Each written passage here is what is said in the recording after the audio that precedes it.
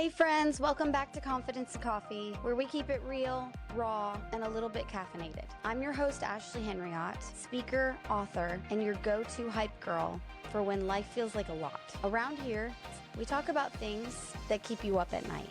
Self-doubt, fear, people-pleasing, faith, and finding your voice again, without the fluff. So grab your coffee, pull up a seat, and let's talk about stuff that actually matters.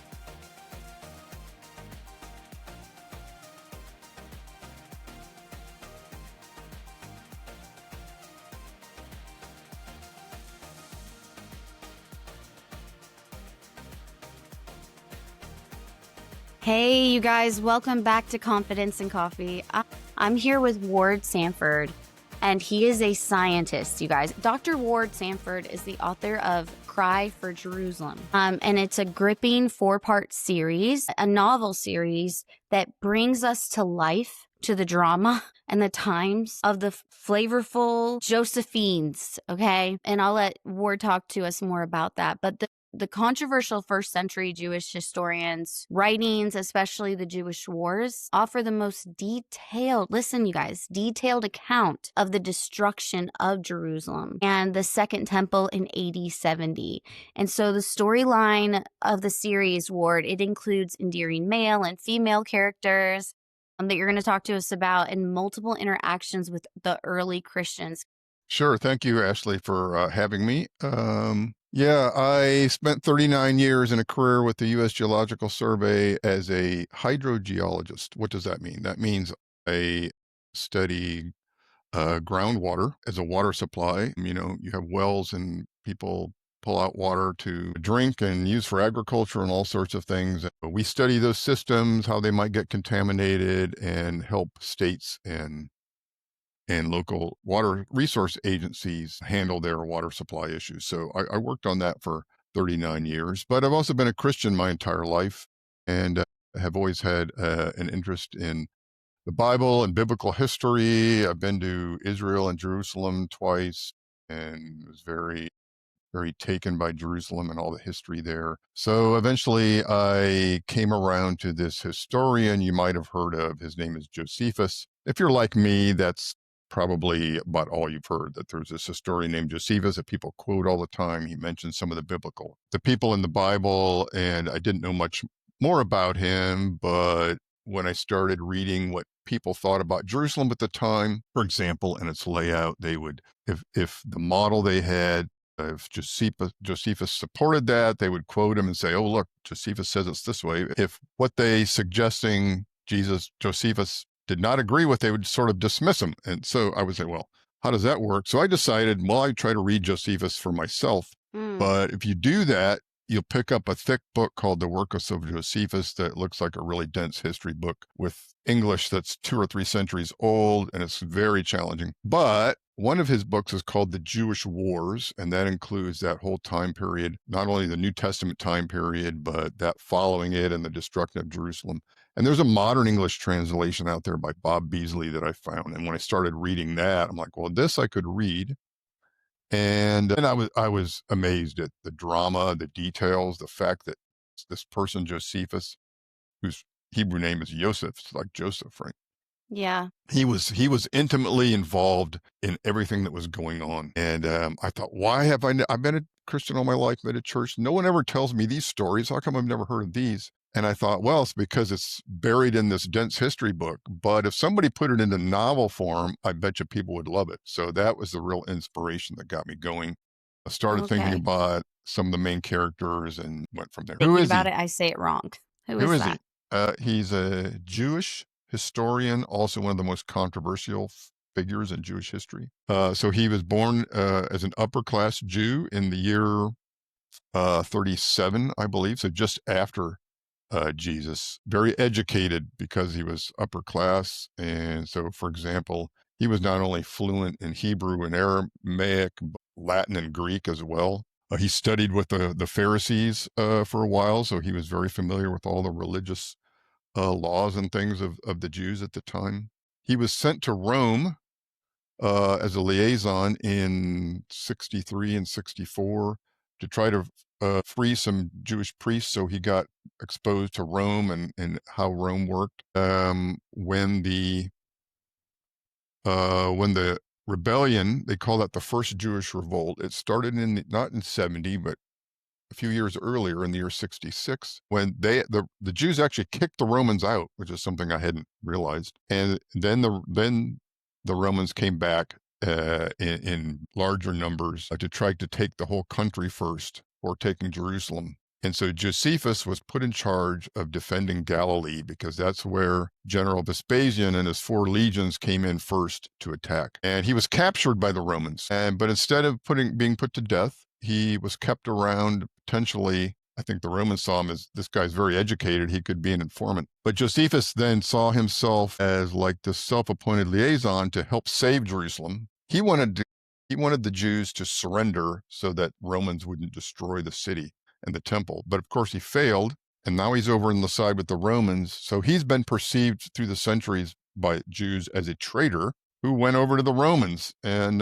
he went over to the winning side. But then he went to Rome, and under the guidance and under the leadership of, or direction of, Emperor Vespasian and Titus, wrote the whole history of the Jews, wrote the whole history of the battle and everything that happened. And so on the one hand, he was seen as a traitor by the Jews, but on the other hand, he wrote down so much history of their history that they are indebted to him for doing that and maintaining and preserving all of that history. So why write a historical fiction series then, inspired by this very controversial figure? So I guess there's a couple of reasons. One is that just the drama is incredible, and people know so little about it and to me, historical fiction is the best way to learn history. I've read books by like Ken Follett, and like, wow, you start reading this, you get really engaged with all the characters, but then you're learning history at the same time. You'll read about something and like, did that really happen? And you try to Google it and you're going, well, I guess that really did happen. So it's kind of a fun way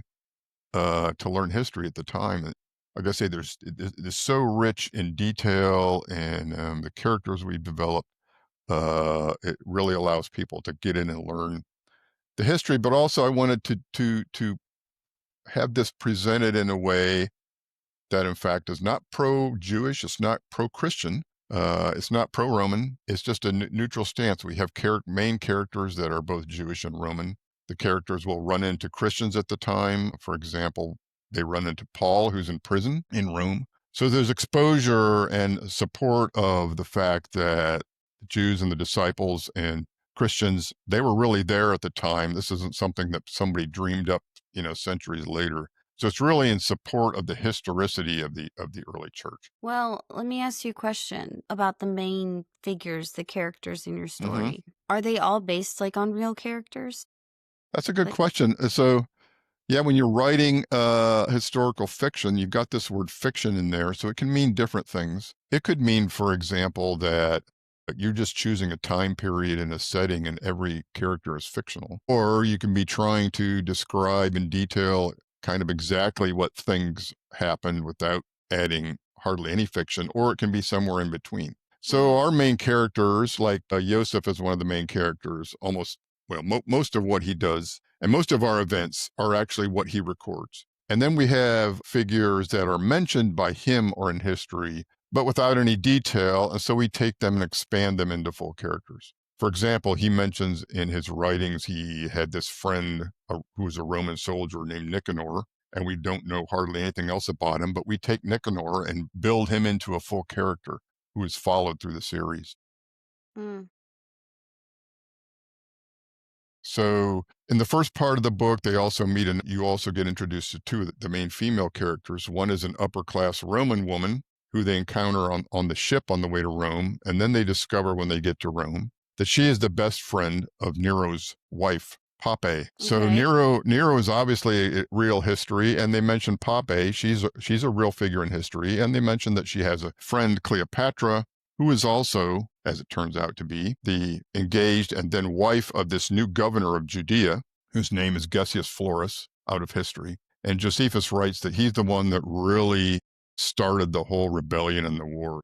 This guy, Gessius Florus, this Roman governor, is the antagonist of the whole series, where we have Joseph might be called the protagonist, but we also follow five of the main characters, including a fictional character we add. We give Josephus a younger sister, right? Now, he doesn't say whether he has a sister or not, so we're kind of free to give him a sister because that helps bring in a lot of other elements of history in the story that we would like to present. Miriam is his younger sister. She gets attacked by Romans. She gets saved by a member of this group called the Sicarii. They were Jewish rebels who were actually assassins. She gets trained by them to take revenge, help take revenge on the Romans and collaborators in Rome. So during the day, she's with her family, and who knows nothing about this, but at night she can, sneak around and become one of these members of the Sicarii. Mm. So maybe that's a lot to How digest.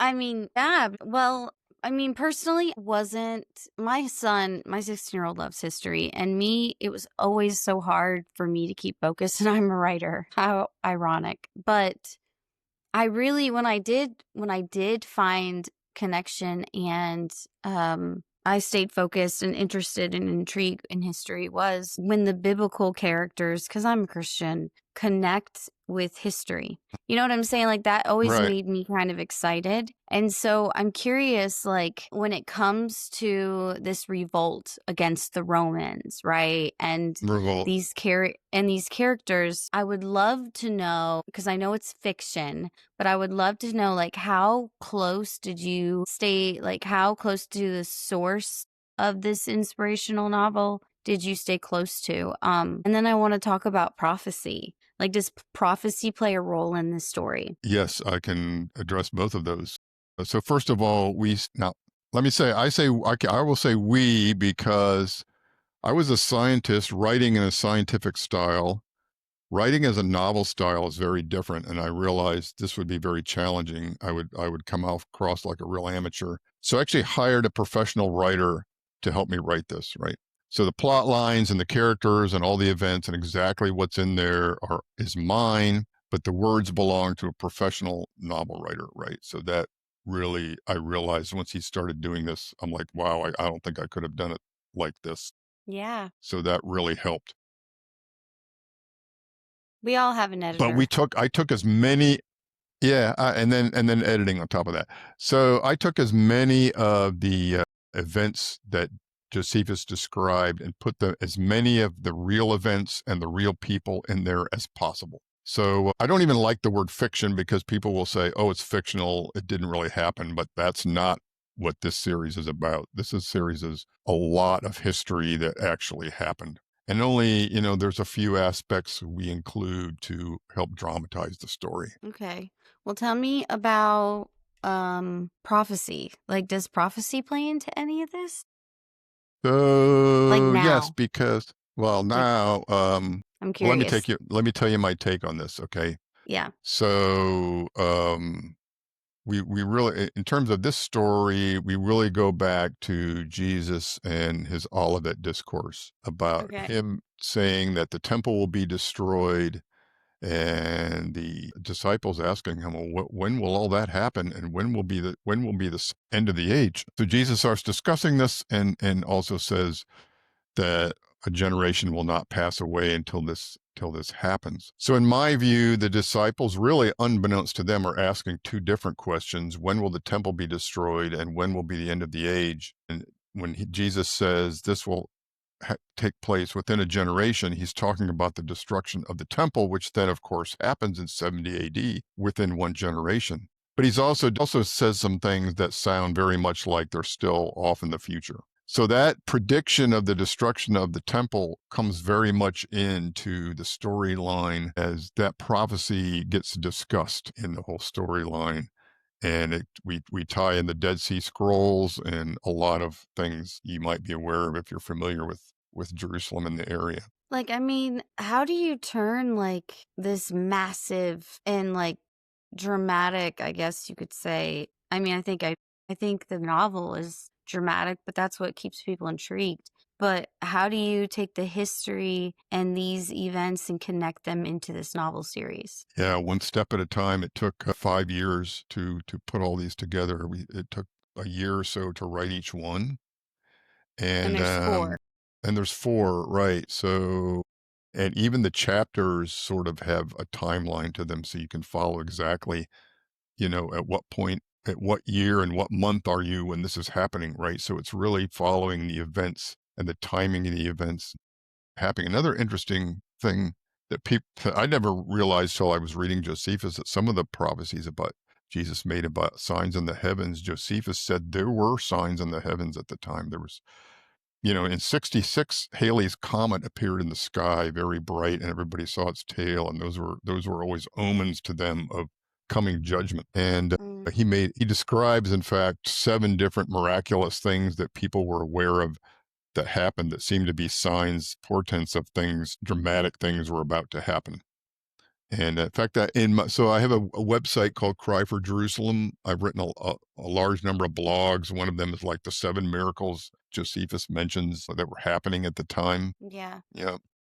So you talk a lot about the letters, though. You go into the history of like the Gospel of Matthew, the Gospel of Luke, like, you talk about Solomon, which is Matthew's gospel, Nathan, which is Luke's gospel. And what I found intriguing is that you go into the history of the people, but you also go into the line, and you go into like, because Jesus was a descendant of. Okay. Yeah, I know where you're talking about. So some of my blogs are about apologetics, and so to try to support the historical Yeah, but you have us reality of the New Testament. always thinking too. Like you have us there was one blog that I read, and it talks about like Mary knowing her father-in-law. Yeah. And Okay. it's like, That's the one I'm talking about. So, right. okay. So let me explain. One of the sharpest criticisms people will make of the New Testament, they're like, well, I start reading it and immediately I see a contradiction, because Matthew has one genealogy of Jesus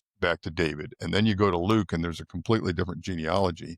And like, okay, so which one of them was wrong? They're like, clearly these people didn't know what they were writing about, or there Yeah. were mistakes or something. So what I happened upon is I was reading another historian named Eusebius. He wrote in about 300 AD, right? A lot about the history of the church. That the church at the time was very well aware of this seeming dichotomy, and he explains the whole thing, right? In a way I had never heard before. Hmm. So basically, you start going back from Jesus, and immediately Joseph has 2 different fathers, depending on which genealogy you look at. And I'm thinking, well, that's Yeah. just Mary's father-in-law. Doesn't she know who her father-in-law is? But here's what happened, right? Back at that time, if a woman marries and the first husband dies, another family member is sort of obliged to like marry her to keep the legal line going, right, of descendants. So there's a woman who first marries one man in that line. He dies, and then she marries another relative. But those 2 men are the men we're talking about in the genealogies. So in Matthew's gospel, it's following Jesus' legal father, who was the first husband that died, but still the legal heir. And in Luke's gospel, you're following the natural father. So this is what happened, and this is why there's 2 different genealogies. One's the natural lineage, the other was the legal lineage. Yeah, and it just goes to say, because like you read about like each book, like Matthew, Mark, Luke, and John, they were all assigned to specific people to speak their language, right? Matthew was a Jew, and so he was speaking to Jews, yes, right? Matthew was writing to the Jewish people, so it makes sense that he would include a legal heir. Right. That was important to them. Yeah, Right? and Luke, And then, and Mark was the a doctor. Wasn't Mark the doctor? Yeah.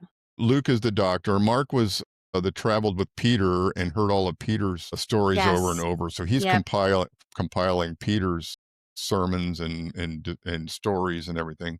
Yeah, Luke is the doctor that goes along with Paul. And what I believe is because in Acts it says when he's writing Acts, when Paul is in prison in Caesarea for a year, and about the year, I'm going to get this wrong, probably 58 or 9. Luke is with him because he's saying we when Paul's there for a year. So Luke has a whole year in Judea with Paul in prison to go around and talk to all the disciples and get all the stories straight and compile his gospel, because he still has witnesses there.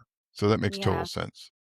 And then John, and the writers even say this, John a couple decades later, has read all of these and says, well, I want to write something that includes more of the spiritual aspects of what was going on. That's why his is a bit different, right? And Yeah, the early church historians point that out, that's why there's a difference. and it's more, yeah, John's is more very much like the intimacy aspect of Right. the Lots of relationship the with Jesus. dialogue with Jesus, right? Who is Hmm. Jesus really? Yeah, and I think it's just a beautiful thing that God uses people in a way to help them write these novels and write these books to reach all of the people. Right.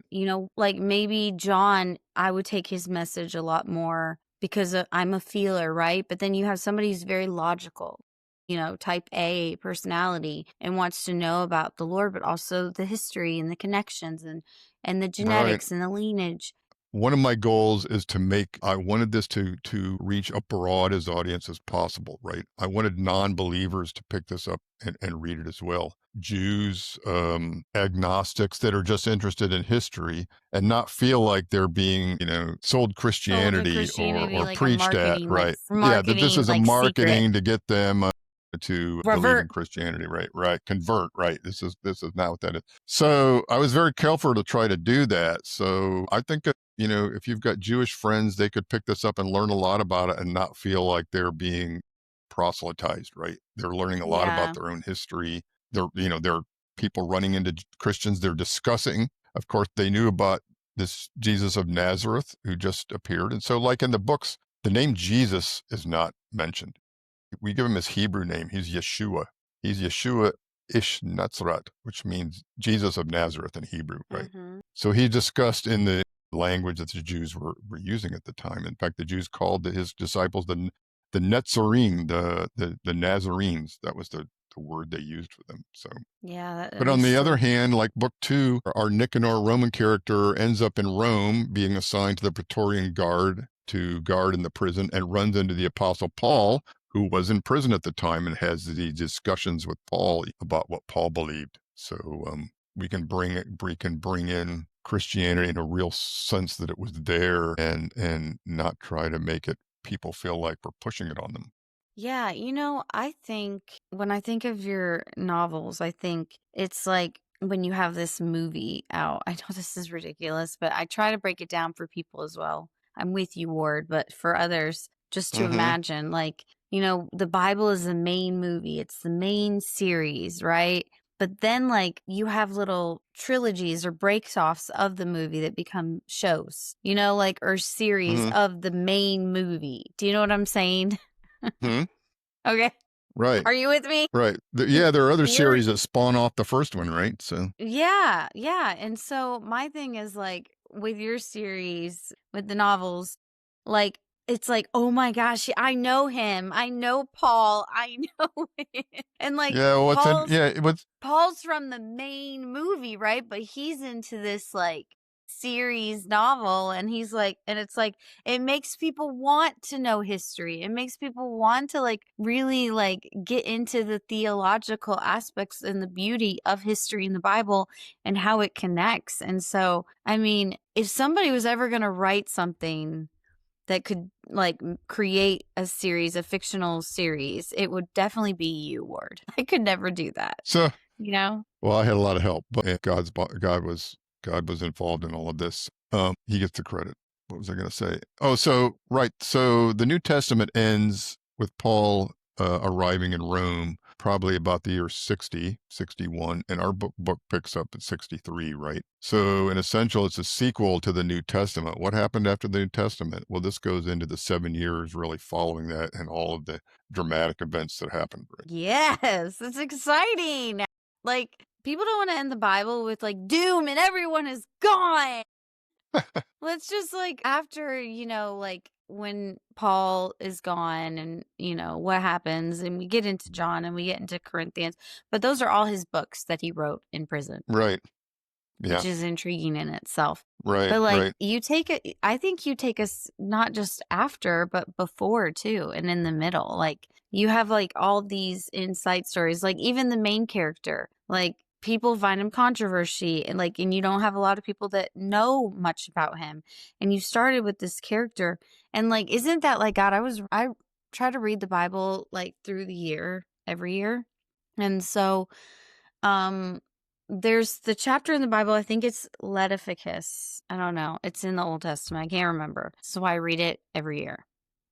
Go through the Bible once a year, every Mm-hmm. year. But it talks about just the tribes and the people. And it talks about like who belongs to this tribe, and this person passed away and left this person, and this person became alive, and then this person took over. And that's literally the whole entire chapter. And I can't help but think almost every other night, I can't help but think like, who were these people? Like Right. It's they were, amazing. I mean, genealogy is a hobby of mine, looking into my own ancestral line. And sometimes you come across somebody and you know so little about them. They born this year and they died this year. And they had a whole lifetime in between with every type of thing that we go through, and we know nothing about them. yeah, but you're taking us into a lot of those characters. Like, it's definitely God Right. calling. It's a God vision of him giving you these series, because everything we sit here and we preach that like everything is important to God. But then we kind of dismiss, like, it makes me sad when people are like, well, not anybody's really interested in history, or people are Right. interested in like the backstory. But I feel like we're obligated to. Like, God wants us to find the beauty in all things, the importance in all things, because all things are important to him that he created, that we're connected to him, that we're part of him. And so this is one of those series that is like very entertaining, right? Very dramatic. And it's fictional, but also it gives us this whole beautiful perspective, no matter where we are, to understand the true characters of the Bible and of the heritage and of the Jews. And like, this is not knowledge that's just going to go wasted, Right.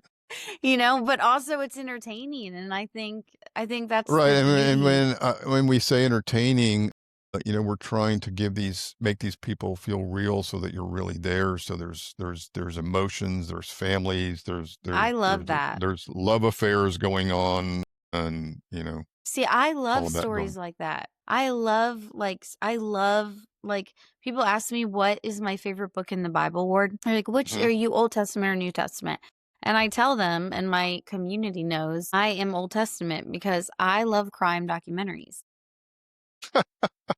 Yeah, I love crime dramas. We watch crime dramas a lot, right? And so, like, that's what it is. The Old Testament is all connected, interconnected. It's so dysfunctional. And this person had an affair with this person, and this person killed that Right. person. And it's like, like, dang, Moses, like, where did you get buried? Why did you do that, my friend? Or like, I get angry at the Israelites, or Yeah. Noah and the ark, and that was intriguing, and just like visualizing the rainfall, like all those details were so important to God in the Bible. How many more details does he want us to discover, right? Right. I would say Yeah, this series is three-quarters nonfiction, but one quarter fiction, enough to dramatize the series and make you feel for the characters and follow their stories, right? So, that's so good. So can I ask you a question? How many like hmm other offshoots are you working on? well, this you might be interested in this, and this is going to be up to God whether or not this happens or not. But I have a producer in Hollywood I've been working with that we've written a 1 hour pilot episode to try to get this into a streaming series. We have two directors from Israel who are interested in working on it, and now we just need to. So, these producers have connections with Netflix and Amazon and Yeah. all of these people who would fund this. So we just need to go and convince somebody to put the funding behind it. You need to, yeah. And also there's Angel Studios, because like the people Yeah, will also, if they want it, Ward, the people will also put funding into it. right, right, Like we want things like this because it creates revival. God can use anything. And so like we want more biblically inspired. It doesn't right, replace the right, Bible, okay? It's fictional. right, right.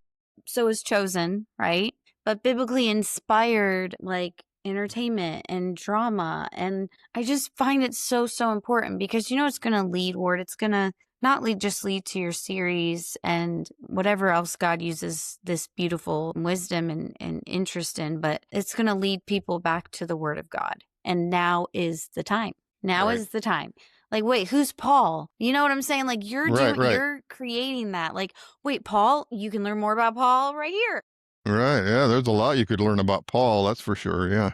Yeah. And so it's funny because out of all your characters, I know this sounds so cliche and I want to read more of it. Like, I've been looking for like a novel that brings me drama, right? That's fictional, but also it doesn't like tread on like romantic novel, like, Yeah. like Right. fantasy. I really want to stay clean, but clean can be boring if I'm honest. And so I like it when people like do these kind of novels because it keeps me really intrigued and interested in reading. And so like out of all some of the characters that were introduced to me, I relate with Paul in your series only because he's kind of bipolar to me a little bit. Like he's very like he's very like I have nothing to prove to any of you people. He's very that mindset and Right. confident in who he is, but he kind of gets questioned and challenged by a lot of different people. And He so certainly does. I love how he's like, "Shoo, what makes you any different than me?" But then he's mad. Sometimes he's mad and he goes through these things and he's so transparent and expresses not just his letters, and his knowledge but also his weaknesses and his struggles as well. And so I find that you get to see this beautiful, strong character in your novel. And then for me, as someone who has read the Bible, to be able to go back and be like I watched his struggles in prison too. Right. You know? Some of my most ardent fans are women and like high school girls because they can relate to our women characters. My writer has like two high school girls, so when he was writing this, he's kind of like he can think about what would really intrigue women as they're reading this. One our Roman lady character who's married to the Roman governor is really starts becoming abused and has to like run away and escape from him. And so there's a lot to relate there, and Miriam is this young girl who was attacked by Romans and now is trying to lead this double life and take out revenge on people who attacked her. And I need this novel. When are you going to send me these novels? I need them. So they're available on Amazon. They're all available on Amazon. They're available in paperback. I don't know what some people like paperback, some people like Kindle. They're all available Audio. in Kindle. They're all available on Audible. Right? So I hired a British voice actor to narrate the whole series. So they're all available on Audible. I love it.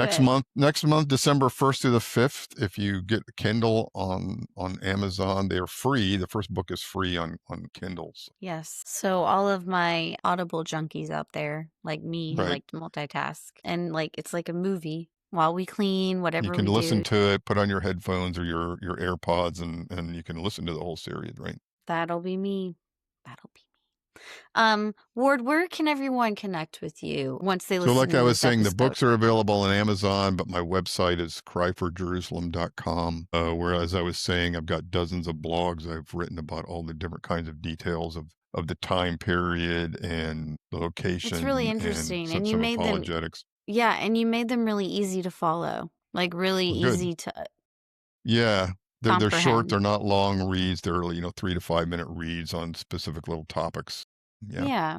Well, Ward, I'm so glad you came on Confidence and Coffee. We made it happen, y'all. It gets to where life tries to be life in, but we're here and we did it. Ward, I hope that you enjoyed your time here and you guys listen, go get A Cry for Jerusalem, okay? Go get the series, like let's read it together. Let's help people understand our excitement for the Bible and that there is fictional entertainment and drama out there that doesn't go against what we believe in, but supports it and leans Supports into it. it. Absolutely. Yeah, so you guys know where his website, and I'll leave it in the show notes. And I will also leave like a tiny little tidbit of the series just so you can get more excited. And if you enjoyed this episode and learning more about what God's doing through other people like Ward, Dr. Ward, he's amazing. I want you guys to leave a rating and review. I want you to tell Ward. Are you on social media anywhere, Dr. Yeah, Ward? so Cry for Jerusalem has a web Facebook page too,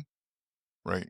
You can Okay. make comments on there, Yeah, leave so comments. You can, of course, I love if you write a review on Amazon. That's always very helpful. You can read the reviews on Amazon of what people thought about the book.